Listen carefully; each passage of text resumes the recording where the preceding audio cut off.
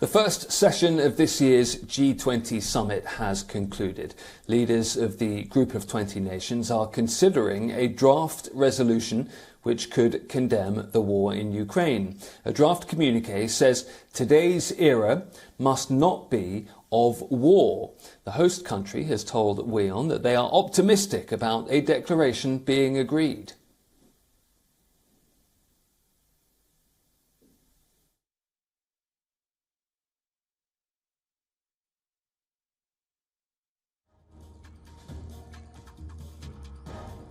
The potential for the global economy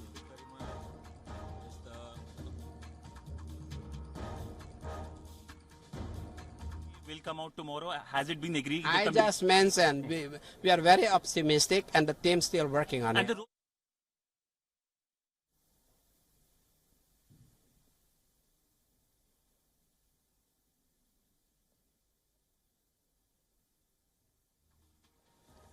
In opening remarks, host Indonesian President Joko Widodo urged members to avoid another world war.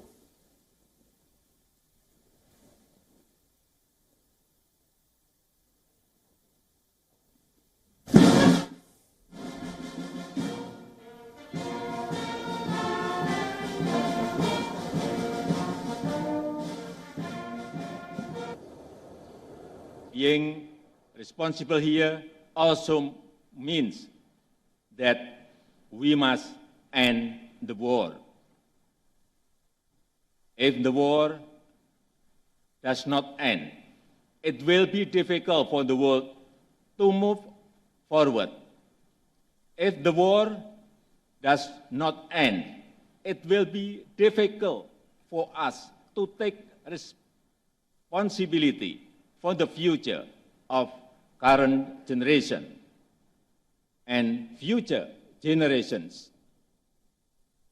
We should not divide the world into parts.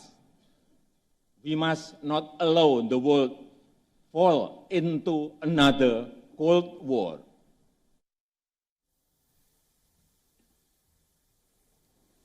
Food and energy security is a top priority for the summit, also, of course, related to fallout from the war in Ukraine.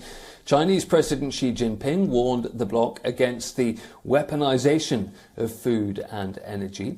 UK Prime Minister Rishi Sunak criticised the Putin regime and claimed that Russia has, in his words, stifled domestic dissent and fabricated a veneer of validity only through violence.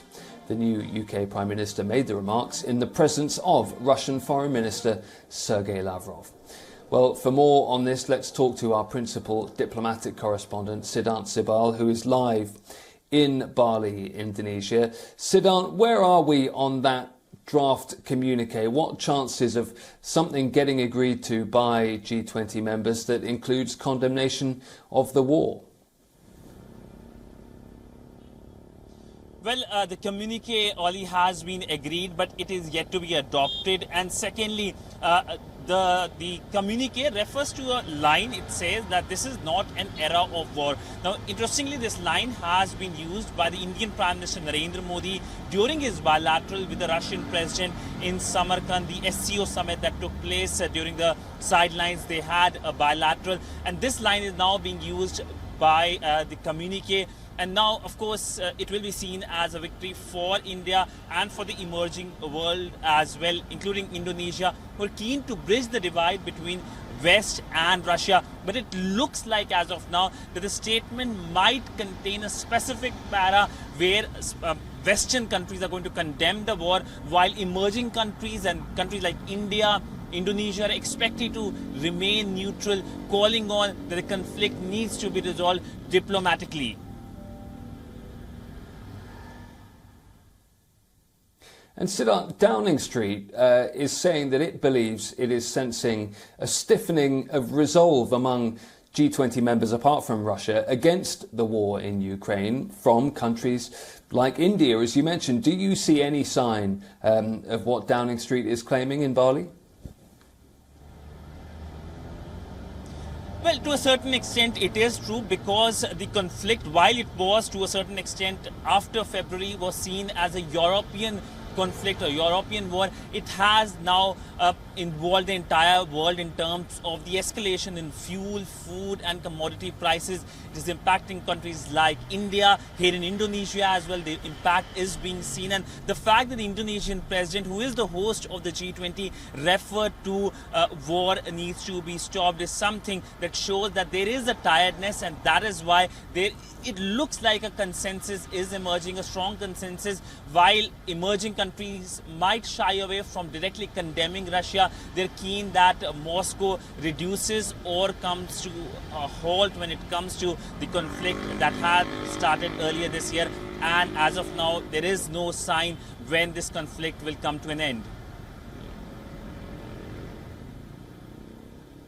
Okay, Siddhant, thank you. That's Siddhant Sibal, our principal diplomatic correspondent, and he's also been speaking with Indonesia's Information Technology Minister in an exclusive interview for WION.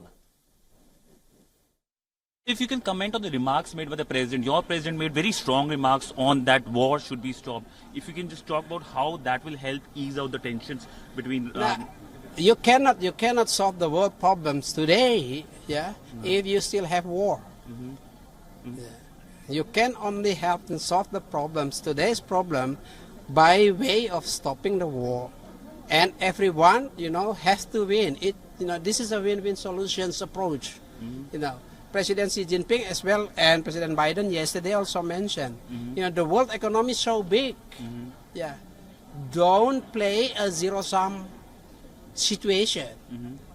Play a win-win situation.